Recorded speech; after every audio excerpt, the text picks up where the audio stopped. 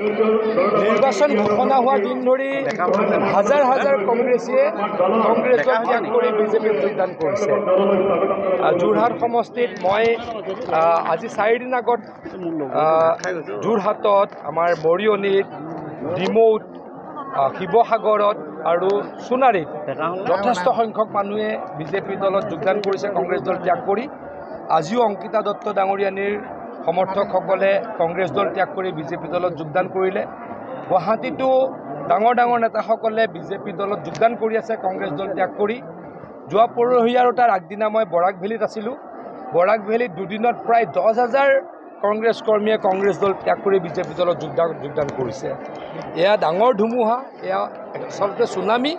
এই চুনামিত কংগ্ৰেছ দল দিশহাৰা হৈ গৈছে আৰু কংগ্ৰেছ দলৰ বিপৰ্যয় আসন্ন। কংগ্ৰেছ দলে এই নিৰ্বাচনত হয়তো এটা সমষ্টিটো জিকিব নোৱাৰিব। ভূপেন বৰা ডাঙৰীয়া এতিয়া এক্সপেল লেটাৰত ব্যস্ত নেকি? উপায় নাই, ভূপেন বৰা ডাঙৰীয়া এক্সপেল লেটাৰ লিখিবলৈ লাগছত মোৰ হিচাপততো তেখেতৰ কলমত চিয়াহী নাইকিয়া হৈ যাব। কবিতা নাহে, কিমানক এক্সপেল কৰিব? ডেইলি এক্সপেল কৰিব লাগে। আৰু এক্সপেল কৰে একচুৱেলি লাভো নাথাকে। যি ৰিজাইন দিয়ে তেওঁলোকক এক্সপেল কৰে, সেইটো কিবা ভেলু আছে নেকি?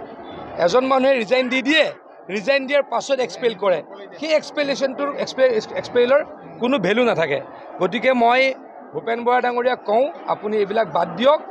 আপুনি জিকিব নোৱাৰে। আপুনি যিখিনি পাৰে ক'ৰবাত যদি ক'ৰবাত ব্যৱধান যদি অলপ কম কমাব পাৰে তাৰ কাৰণে চেষ্টা কৰক। জিকিবতো এটাও নোৱাৰে।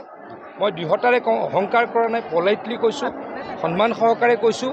এইবাৰ কংগ্ৰেছ এটা সমষ্টিটো নিজিকে, ব্যৱধান অলপ ক'ৰবাত কম কৰিব পাৰে নেকি, তাৰ কাৰণে ভূপেন বৰা ডাঙৰীয়ে চেষ্টা কৰে। এই চাৰ্জশ্বিটৰ অৱস্থাটো যিদিনাখন ইলেকশ্যনৰ ৰিজাল্ট ওলাব, আমি 13টা ছিটত জিকিম, তেতিয়া মানুহে গম পাব চাৰ্জশ্বিটখন কাৰ সঁচা কাৰ মিছা। আমাৰ উন্নয়নৰ এজেণ্ডাই চাৰ্জশ্বিট, আমাৰ উন্নয়নৰ এজেণ্ডা। মই ক'লোঁ নহয়, অসমত মেডিকেল কলেজ কংগ্ৰেছে 60 বছৰত 6খন বনাইছিল, আমি বনালোঁ 18খন। অসমত কংগ্ৰেছে 60 বছৰত ইউনিভাৰ্চিটি বনাইছিলে 7খন, আমি বনালোঁ 15খন। গতিকে এয়া হৈছে একোটা একোটা কামৰ নমুনা। বাকীবিলাক মই নকওঁ। তেওঁলোকে সূতা কম্বল দিছিল, আমি মাহে 1250 টকা অৰুণোদয় দিওঁ, আমি বিনামূলীয়া চাউল দিওঁ। তেওঁলোকেতো বিনামূলীয়া চাউল দিয়া নাছিলে, 3 টকা চাউল কিনিব লাগিছিলে। ৰাস্তা পথৰ অৱস্থা অতি বেয়া আছিলে। কংগ্ৰেছৰ দিনত অসমত ব্ৰহ্মপুত্ৰত 4খন ব্ৰিজ আছিল 60 বছৰত, আমি 7খন ব্ৰিজ প্ৰায় কমপ্লিট কৰিলোঁ, আৰু 3-4খন ব্ৰিজ ব্ৰহ্মপুত্ৰত আৰম্ভ হ'ব। গতিকে তেওঁলোকৰ নমুনা হ'ল মানুহক ঠগোৱাৰ নমুনা, আমাৰ নমুনা হ'ল কাম কৰাৰ নমুনা, উন্নয়নৰ নমুনা। উন্নয়নৰ কাৰণে আমি ভোট বিচাৰিছোঁ। যোৰহাট লোকসভা সমষ্টিত আপুনি সঘনাই প্ৰচাৰ চলাই আছে, কি দেখিছে? কিমান ভোটত? 2 পৰা 2.5 লাখ ভোটত তপন গগৈ ডাঙৰীয়া জিকিব। 2 পৰা 2.5 লাখ ভোটত জিকিব। আৰু এই যোগদানবিলাকে কিমান বিৰোধী? আজি ইয়াতে প্ৰায় 1500মান ব্যক্তিয়ে যোগদান কৰিছে আৰু কৰিব। আজি যিহেতু ততাতৈয়াকৈ কৰিব লগা হ'ল, মই সময় অলপ আমি কম দিব পৰাৰ কাৰণে ততাতৈয়াকৈ কৰিব লগা হ'ল। প্ৰায় 1500 ব্যক্তিয়ে যোগদান কৰিছে।